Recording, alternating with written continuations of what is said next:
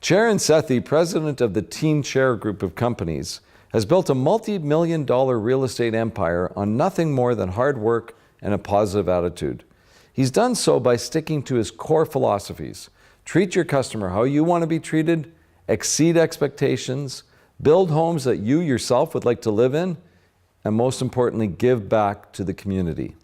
Charan says it's a brick and mortar business, but at the end of the day, the business is all about people.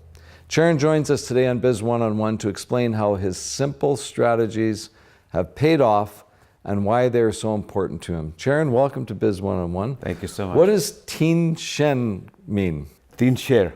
Tien Sher. Tien Sher basically means 3 lions.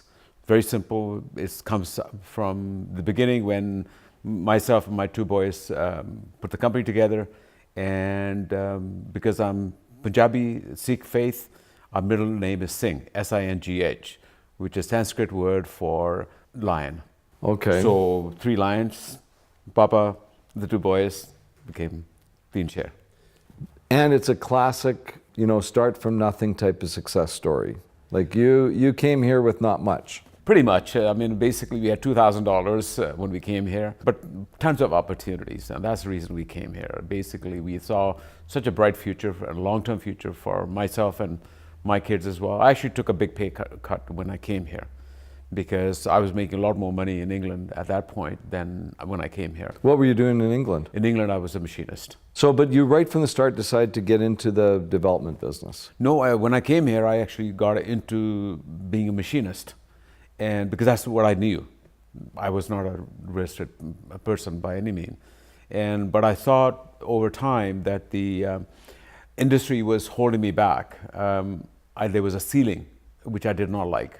I can only make so much. So fast forward to today, you've built a lot of houses, developed communities, and you've got a development right now that I know that you're really proud of, where you're actually transforming communities now. Tell us about this Wally development. Wally is an area where it's beaten down by media for a long, long time. Bad part of town. Bad part of town. Basically, drug addicts, prostitution. When we bought the property, I saw a different end of it. I saw some absolutely amazing people who lived there, and their heart's as good as yours and mine, maybe even better. And it's a wonderful feeling when you get people like that, and they get put down all the time. And I felt, being a small developer at that time, that I had an opportunity to buy such a large amount of land. It was just an easy story for me to say, okay, buy as much as we can. And we ended up buying about 12.5 acres in that 3-block radius. It was one of the best investments we ever made in our lives. And the sad part was everybody around me was telling me I'm going a little cuckoo, because why am I buying into such a bad area? But I saw different things. I thought, I got an opportunity to build actually a community of my own little city. So now, and you told me that you've been mentored by some really great people, and now you're mentoring other young business people. Talk to me about that whole process. I've been very fortunate in my life. I've always had an open mind. I learn from everybody. I learn from you. I learn from anybody. The young, old, doesn't really matter, because I have that open mind.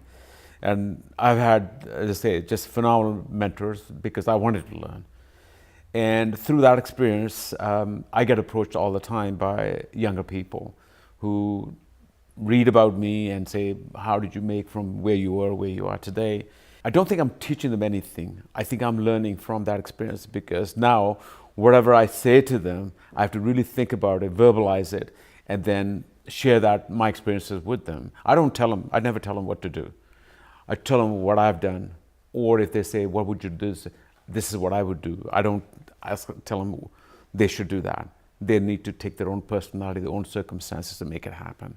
What do you think is one or even a couple of real key pieces of advice that you'd give to someone maybe in your shoes, just thinking of transitioning from their safe job and getting into the world of entrepreneurship? That's exactly what happened to me. I gave up back in 1985.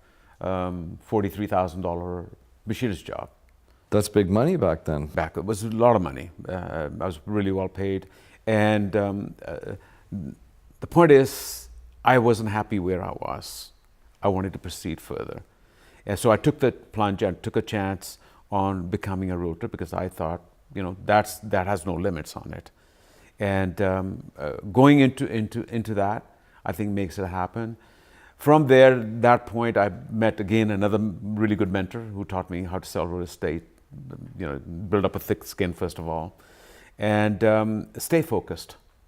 Key thing, I think, in anything, in any way of life, whatever you want to choose to do so, is staying focused. Find what you want to do, stay focused. So Charan, I know that the word legacy is very important to you. Tell me about what you mean by that. Legacy is something you leave behind for yourself, your children, and your grandchildren, and their children. Something that they can be proud of. I think Wally has given me that absolutely phenomenal opportunity. So having that much land and building a little mini city of my own and making a change happen from the naysayers that this shouldn't be done, it can't be done, it's a bad area, so forth, and actually make it happen. And then once the buildings are up, you stand on the other side of the street and you look up and say, yes. It's an absolute delight to have you on Biz One-on-One, and really wish you the best of success in whatever you're going to do next. And thank you so much for what you're doing for the community of Surrey and Vancouver. Thank you so much. Thank you for being on the show, Charan. Thank you.